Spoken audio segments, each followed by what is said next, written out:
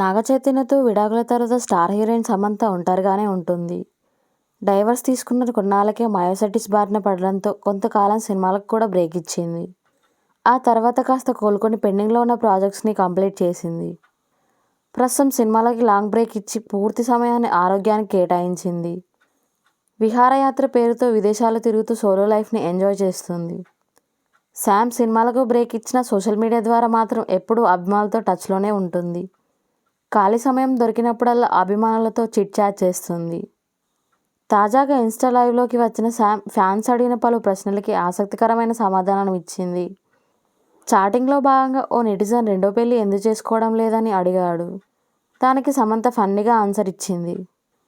ఇండియాలో మొదటి పెళ్లి కంటే 2-3 పెళ్లిళ్లకే విడాకుల రేటు ఎక్కువగా ఉందంటూ లెక్కలు చూపుతూ ఆ ఆలోచన లేదని స్పష్టం చేసింది. వివాహం అనేది సరైన పెట్టుబడి కాదని ఫన్నీగా రియాక్ట్ అయింది. 2023 తనకు వరెస్ట్ ఇయర్ అని మరో ప్రశ్నకు సమాధానం చెప్పింది. అయితే నాగచైతన్య కూడా రెండో పెళ్లిపై ఇలాంటి అభిప్రాయాన్ని వ్యక్తం చేశాడు. ప్రస్తుతం తనకు మళ్లీ పెళ్లి చేసుకునే ఆలోచన లేదని ఇటీవల ఓ ఇంటర్వ్యూలో చెప్పాడు.